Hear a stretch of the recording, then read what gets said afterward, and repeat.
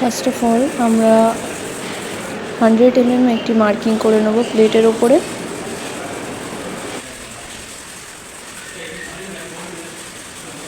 Next marking অনুযায়ী আমরা কাটিংটা করে নেব প্লেটটাকে। এমনভাবে দুটি প্লেটকে 100 mm করে আমরা কাটিং করে ফাইলিং করে নেব।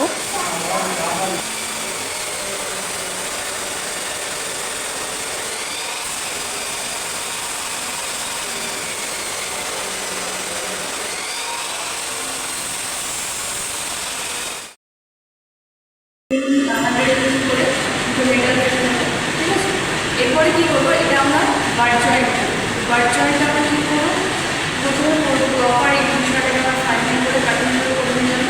নেক্সট আমাদের কী হবে, দুটো মেটালকে আমরা ব্রেকটাকে এরকম বসাবো, ঠিক আছে। এরকম যে গ্যাপটা থাকে, এই যে গ্যাপটা, এর মাধ্যমে আমরা রুট গ্যাপটা রয়েছে, এটাকে আমাদের মডার করার জন্য আমাদের ফার্স্ট কী হবে, আমরা ইলেকট্রনের মাধ্যমে ফার্স্ট রুট রানটা মারবো, যাতে কি রুট রানটা এতটাও পরিমাণে ওভার করবে না যে আমরা ফাইনাল রানটা মারতে আমাদের অসুবিধা। রুট রানটা এতটাই পাতলা করে কিন্তু মারবে যেন পরে আমাদের নেক্সট যে রানটা মারতে হবে সেটা যেন আমাদের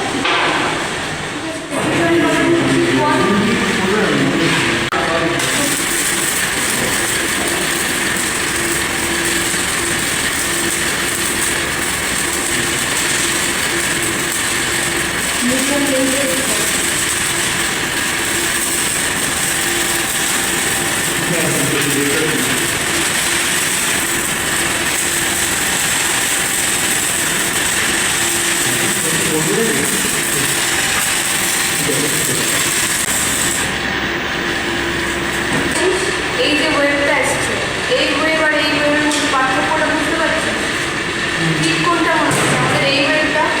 তাহলে আমাদের যখন আমরা কাজটা করবো আমরা এই ওয়েভে কাজ করবো, আর যখনই টানছিস আমার যতটা এই মেটারটাকে নিচ্ছিস ঠিক সেম টু সেম আমার এই মেটারটাকেও নিতে হবে।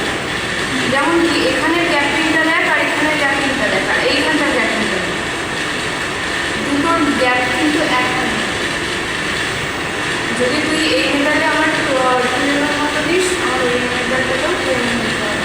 আর যদি তোর এন্ডিংয়ের কথা, এন্ডিংটা যখন দেখি আমার এন্ডিংয়ে হয়ে আসছে এমনভাবে এখানটাতে শেষ করবি যাতে